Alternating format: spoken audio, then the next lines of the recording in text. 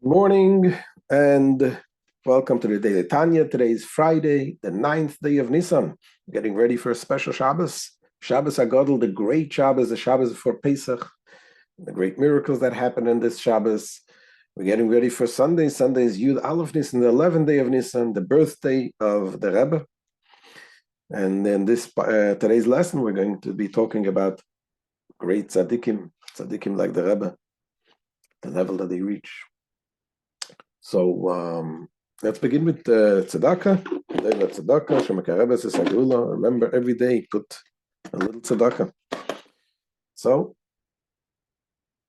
today, the Alter Rebbe talks about the world of Atzilus, the world of emanation, and who reaches in that world. So, in short, what is the world of Atzilus? What we're talking about? We spoke about the four worlds. Atzilus is the world of emanation. And again, a world is not obviously a physical space or something. It's all here. It's a state of mind where in Atzilus there is nothing else but God. Total nullification to God. And this lower world of Bria, where God reduced and filtered his light, so to speak, to create the world of spiritual intellect, that is the world of Beria. Then there is the world of Yetzirah, the world of formation, which is the world of the spiritual emotions, the emotive attributes of God that is revealed. And then there is the world of action. We are in the low, the bottom, the world of action. And we spoke about the neshama, our souls. Where do they reach? And we said in yesterday's lesson that it depends what type of service of Hashem we have. If we serve God out of creating by the understanding the godliness, reaching a very high level, this is very special. Tzaddikim are able to do this through understanding godliness. They should create love and fear of Hashem. Then the neshama reaches up to the level of Beria, the second world, the world of godly intellect. And when we serve Hashem, not out of the understanding, but out of the instinctive love that we have, we reveal the instinctive love that each and every one of us has to Hashem, and serve Hashem that way, then the neshama reaches to the level of Yetzirah, the world of godly emotions. The emotive attributes are revealed here. But the world of Atzilus, which is above Beria, the highest world there, says, this is a world that complete nullification to God. It's one with Hashem. There are very few tzaddikim, people on a very high level, like Avraham Avinu, that they are completely nullified to God. They do not have their own will. They do not have their own identity. They're completely nullified to Hashem.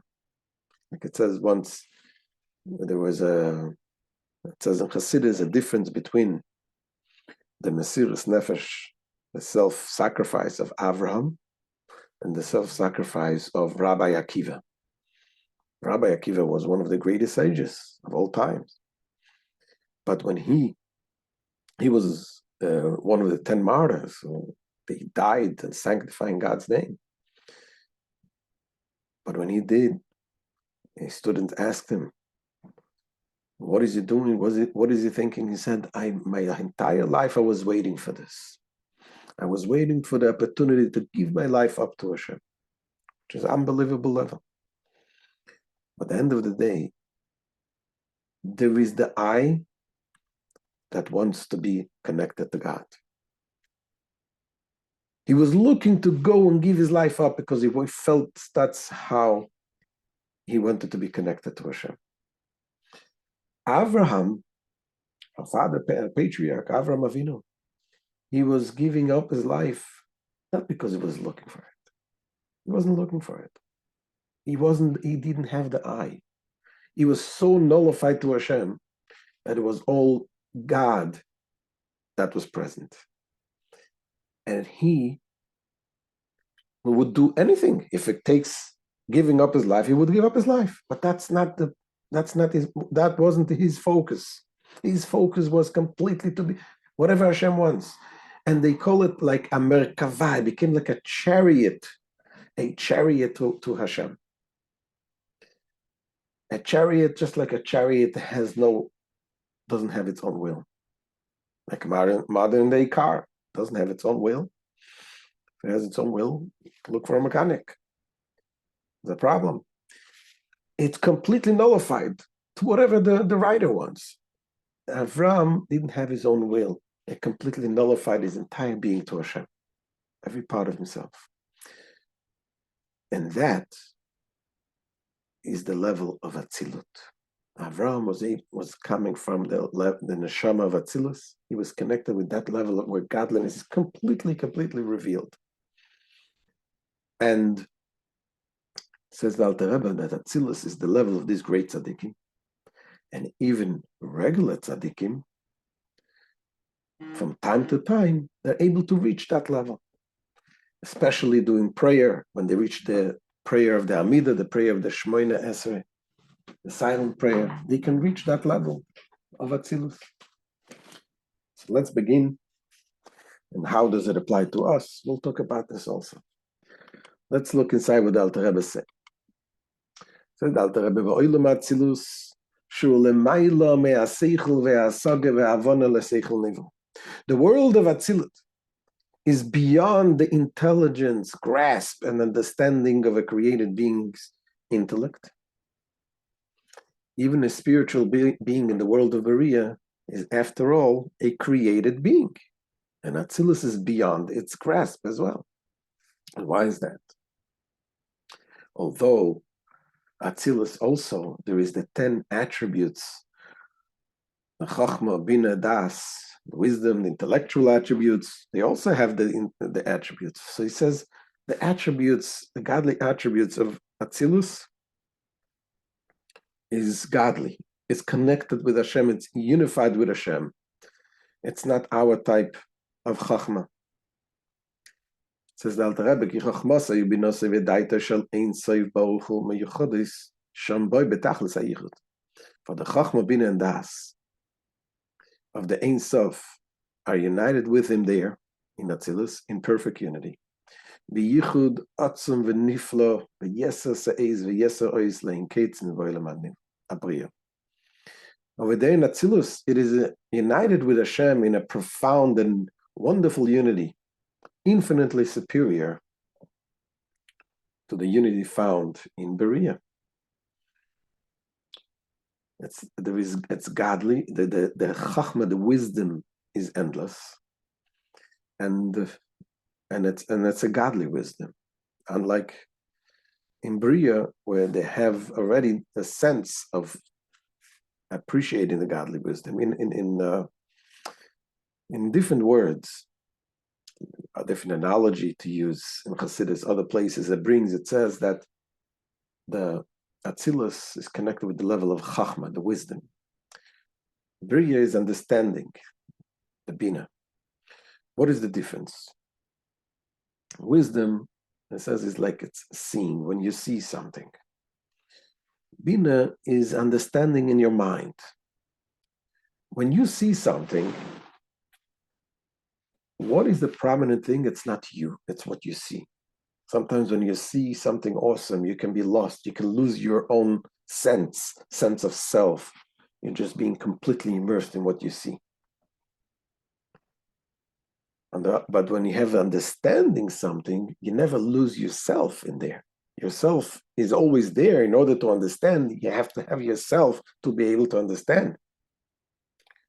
So the idea of Chachma, which is seeing something that God reveals himself and you see, the self of you is not there. This is the completely nullification in the existence of God. It continues, the Alter Rebbe says, for there, in the world of Beriah, they descended to illuminate only to a restricted, contracted degree.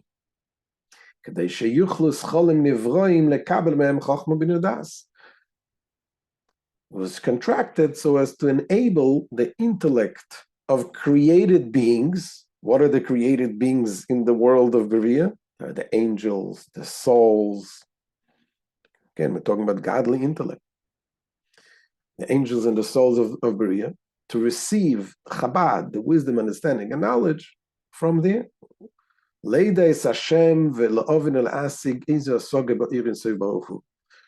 these, they receive the Chabad from these spheres of Atzilut, so that they might know God, and so that they might grasp and comprehend something of the Ein Sof light.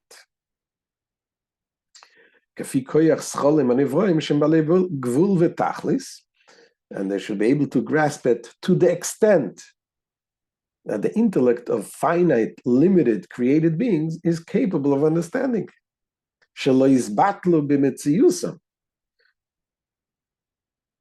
To achieve this purpose, a contraction of Chabad of Atzilus was necessary, because if not, they would be completely nullified, lest they, the created beings of Bria, dissolve out of existence, unless they furthermore ceased altogether to exist as created beings, like reverting instead to their source and root, namely godliness itself. Meaning, if in the world of Berea, the godliness would be revealed, then the created beings will be completely nullified and no longer exist as created beings. Continues the Alter Rebbe,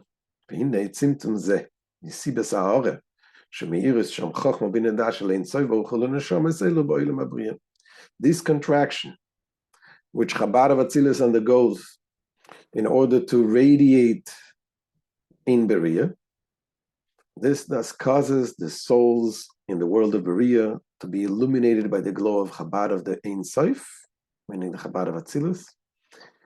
It is this contraction that enables them to have some perception of the Ein Sof light, because that light was contracted to become as Chachma bin Adasa, something which is graspable to the created beings of the world of Berea.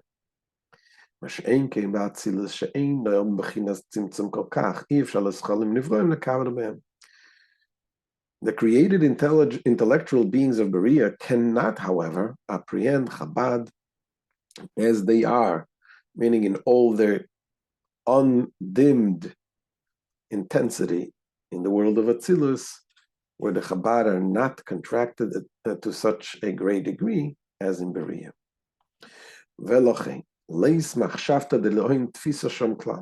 Therefore, their thought cannot grasp there at all. Meaning the thought and the intellect of the created beings of Berea can in no way grasp the light radiating in Atzilus. So who reaches the place of Atzilus? These are the very great tzaddikim. For this reason, Atzilus is the abode of the great tzaddikim. When we're talking about the tzaddikim, we're talking about people on a very, very high level that they completely have no self-existing existence at all. Their entire being is nullified to God. That's why we learn about it. We learn about it, first of all, to appreciate what is a tzaddik. Looking to a great tzaddikim, holy people. Holy people are people that have completely nullified their existence. They have no they're completely selfless.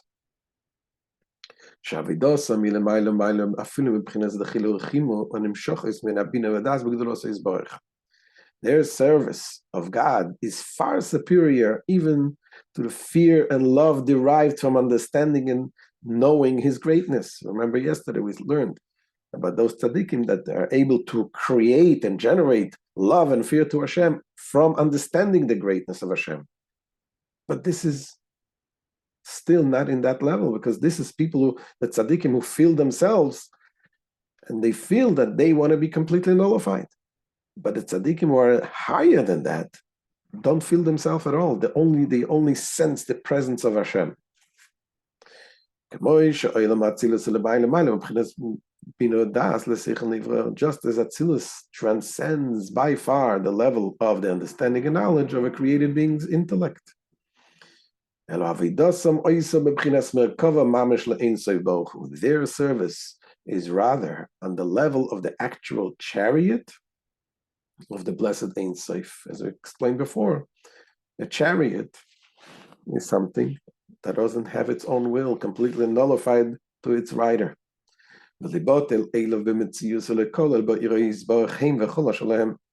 Nullifying their very existence before him and incorporating themselves and all that they possess within his light.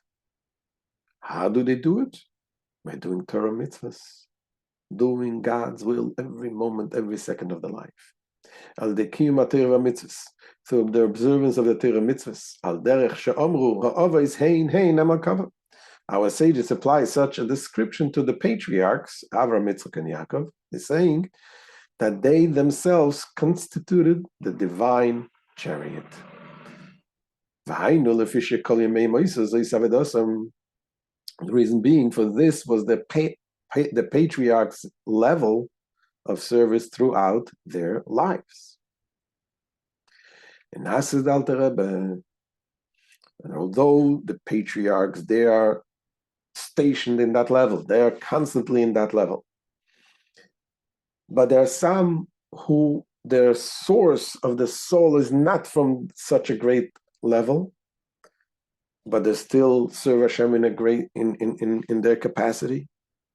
They also, from time to time, can have an enlightenment from above, and at certain times, and then they can also reach a little bit of that level, a level of Atzilus. And in general, the Rebbe says this is during the prayer of the Amidah. You know, the prayer has different parts, and the different parts of the prayer correspond to the different levels, the different worlds. It says the prayer is like a ladder. Yaakov in his dream, he saw the ladder going up to heaven. And this is the prayer, that the ladder that elevates us to the higher levels. So the first part of the prayer until Baruch She'amar represents the world of action, world of Asiyah. From Baruch She'amar until the blessings of Shema represents the world of Yetzirah, the world of emotive, spirit, godly emotions. Then from the blessings of Shema, and Shema represents the level of Beriah, the understanding. And then the Amidah prayer, the Shmoin Esrei, the 18 blessings that he's saying. It's called the silent prayer. This represents the world of Atzilus, of emanation, where nothing else is there except Hashem. This is also why the prayer is in silent. We don't let our voices be heard, because it's a concept of a world of complete nullification.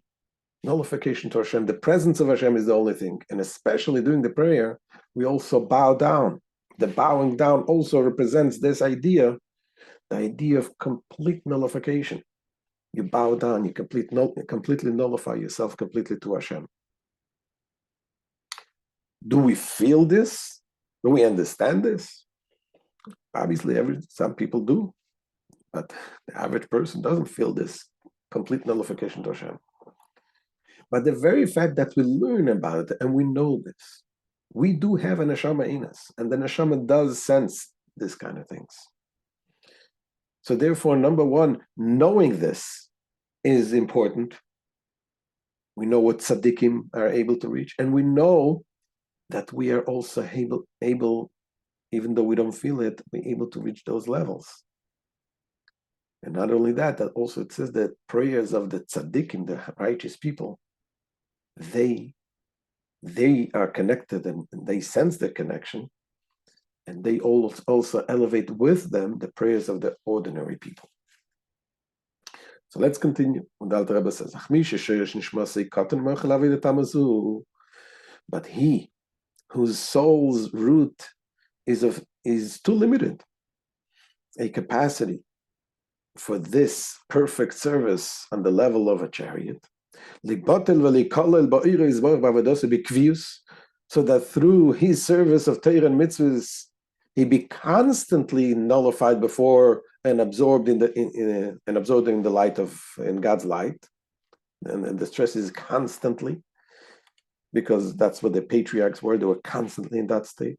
But some people are not able. Most people are not able to reach that level.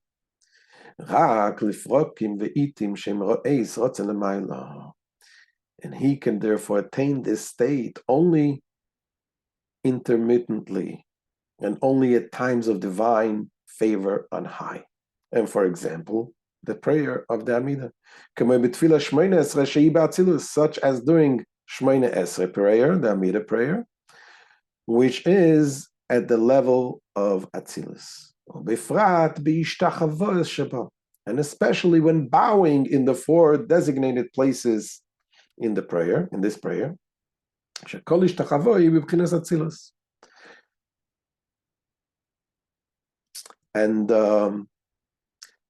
because every such act of bowing represents the level of Atzilus. Because again, Atzilus is completely nullification of Hashem. Your existence is not there.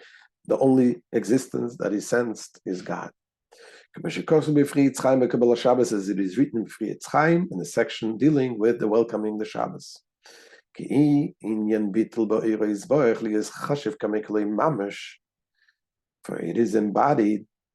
it embodies the idea of self-nullification in God's light to be accounted as absolutely not before him.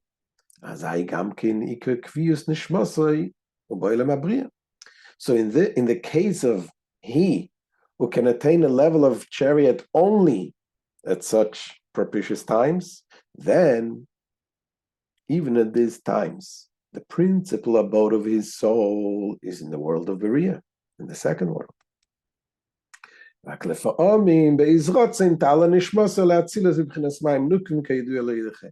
And only occasionally at times, at a time of divine favor, will his soul rise to Atzilus as feminine waters, as is known to the students of the Kabbalah. So again, this is the beautiful lesson about the world of Atzilus and about the great tzaddikim that are there. And that's why we admire those great people that are totally selfless, totally godly. And we are connected to Hashem because of this tzaddikim. They are able to elevate us also, to connect to Hashem and to sense a little bit of this great level when we do our prayers, when we do our mitzvahs with this kavanah. Thank you for joining me. It's Hashem. We'll see you on Sunday. Have a great, great Shabbos HaGadol, a good Shabbos.